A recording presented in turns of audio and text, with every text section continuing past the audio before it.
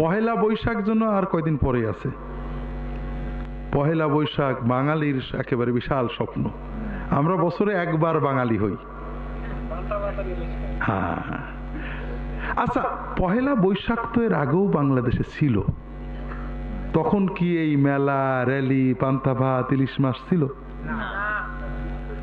বঙ্গবন্ধু করেছে, রবীন্দ্রনাথ ঠাকুর করেছে, নজরুল ইসলাম করেছে। তাহলে আমরা হঠাৎ নতুন করে বাঙালি তো হইনি, আমরা তো নন বেঙ্গলি হয়ে গেছি। তো ভালো কথা। পহেলা বৈশাখ কত? এই যে সামনে পহেলা বৈশাখ, এখন বর্তমানে বাংলা কত সাল? 1421। তো বুঝলাম পহেলা বৈশাখ 1421 অথবা 1422। তাহলে এর একটা এক ছিল না? যেমন ইংরেজি বা কমন এরা, ক্রিশ্চিয়ান এরা আমরা বলি 2015। এটা এক সময় এক সাল ছিল না? ছিল তো। সে এক কবে ছিল? এখন তো 2015। এর শুরু হয়েছিল কি দিয়ে? এক কিসের থেকে শুরু হয়েছিল? যীশু খ্রিস্টের জন্ম। এটা ভুল। যীশু খ্রিস্টের জন্ম হয়েছে এর প্রায় 6 বছর আগে। যাই হোক, যেটাই হোক, কথা হলো যীশু খ্রিস্টের জন্ম থেকে এটা শুরু, এটাই তো। তাহলে এই যে 1422 বা 21, এটা শুরু হয়েছিল কি থেকে? হ্যাঁ, এই একটা কিসের? বঙ্গবন্ধুর জন্মদিন, রবীন্দ্রনাথের জন্মদিন। তবে হ্যাঁ, যীশু খ্রিস্টের জন্মদিন থেকে 2015 হলো।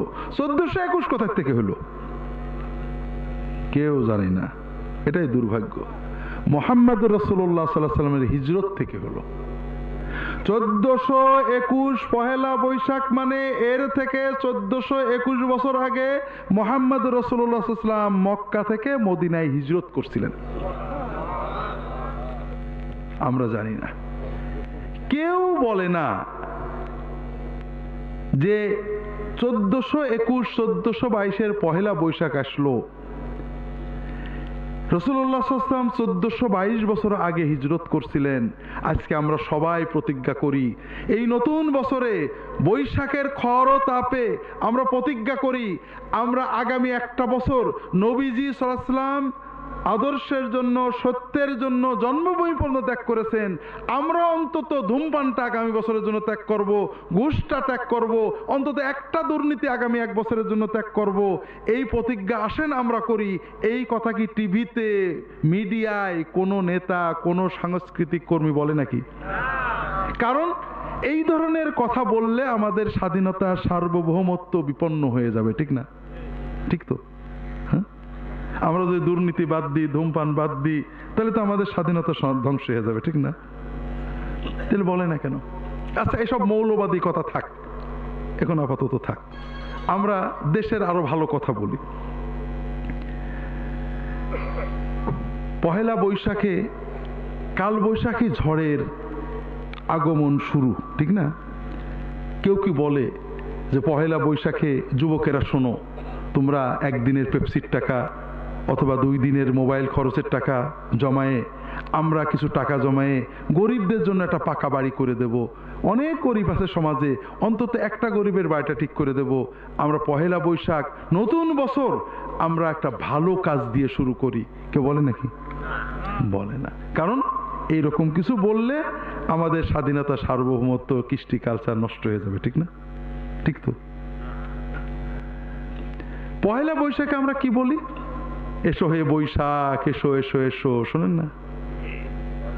শুনেছেন এটা? এসো হে বৈশাখ, এসো এসো এসো। বৈশাখ তো শুনতে পাচ্ছে?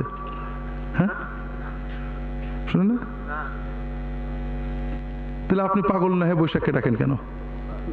এখন মানুষ বলে আমরা বৈজ্ঞানিক, বিজ্ঞান ভিত্তিক শিক্ষা চাই, ধর্ম টর্ম দরকার নেই। কোন বিজ্ঞানে বলে যে বৈশাখকে ডাকলে শোনে? বলে নাকি? এটা হলো প্রাচীন প্যাগানিজম, প্রকৃতি পূজা। আমাদের দেশে একসময় ছিল, বৃষ্টি না হলে কাদা পানি মাখতো, ছিল না? কেন? মানুষ আগের জামানায় বিশ্বাস করতো যে আমরা যখন কাদা পানি মাখবো, আমার গায়ে কাদা পানি, তাহলে আসমানও আমাদের দেখে দেখে পানি দিয়ে দেবে। কথা বুঝেছেন? এটা হলো প্যাগানিজম, প্রকৃতি পূজা। তো এই প্রকৃতি পূজা আমরা আল্লাহর নামাজ পড়বো, দোয়া করব না বলে এটা ধর্ম মৌলবাদ।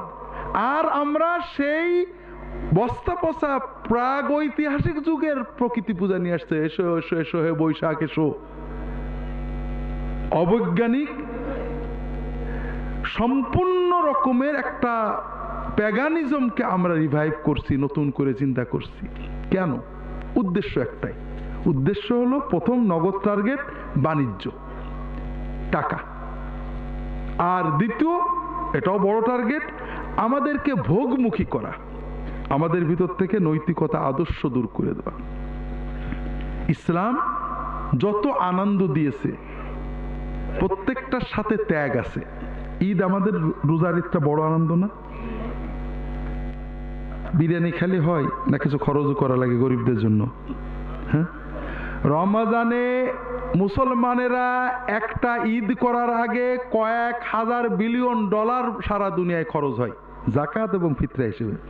কারণ আল্লাহর হুকুম, তুমি আনন্দ করবে একটা দিনের, বছরের একটা দিন তুমি আনন্দ করবে, আশেপাশের গরিবরা পারবে না এরকম যেন না হয়, সবাইকে নিয়ে আনন্দ করো। কথা বোঝেননি? কুরবানির ঈদ আনন্দ না? গরু জবাই করে সব খেয়ে ফেলবো আমরা, তাই না? পারবো? হবে কোরবানি? আল্লাহ হুকুম করে দিয়েছে অন্তত এক ভাগ গরিবের আগে দাও, বাকি তারপর ঘরে তোলো। তাহলে ইসলামের আনন্দ সবাইকে নিয়ে, ত্যাগের আনন্দ, ভোগের আনন্দ। আগে ত্যাগ করো, গরিবের মুখে হাসি দেখে আনন্দ পাও, এরপরে নিজে খাও। এই জন্য ঈদুল ফিতরে ঈদের মাঠে যাওয়ার আগে কিন্তু ফিতর দিতে হবে। আগে গরিবের মুখের হাসি দেখে আনন্দ পাও, এরপরে নামাজ পড়ে যে বাড়ি যেয়ে সিন্নি খাবা। কথা বোঝেননি? কোরবানিতে নামাজ পড়ে কোরবানির গোশত গরিবের হাতে তুলে দিয়ে এরপর বাড়ি যেয়ে খাও। কথা বুঝতে পারেননি? আর এই পহেলা বৈশাখ নতুন ঈদ, সেকুলার ঈদ বানানো হয়েছে কি? খাও খাও খাও, দেও বলে কোনো কিছু আছে নাকি? যদি পয়লা বৈশাখে এবার শাড়ি একটা না দিতে পারো তাহলে অন্তত দড়ি একটা কিনে দিবা। বলেননি? কি বর্বরতা তৈরি করা হয়েছে সমাজের ভিতরে। শাড়ি আছে, গরিব স্বামী, কিন্তু শাড়ি কিনতেই হবে। ঈদের শাড়ি না কিনলে গলায় ধরে নিতে চায় না, কিন্তু পহেলা বৈশাখের শাড়ি না কিনলে গলায় ধরে নেবে। এই বর্বরতা তৈরি করা হয়েছে। যুবকদের বলছি, তোমাদেরকে এক্সপ্লয়েট করার জন্য, তোমাদেরকে পশু বানানোর জন্য, যেন তোমরা জোয়াল বইতে পারো।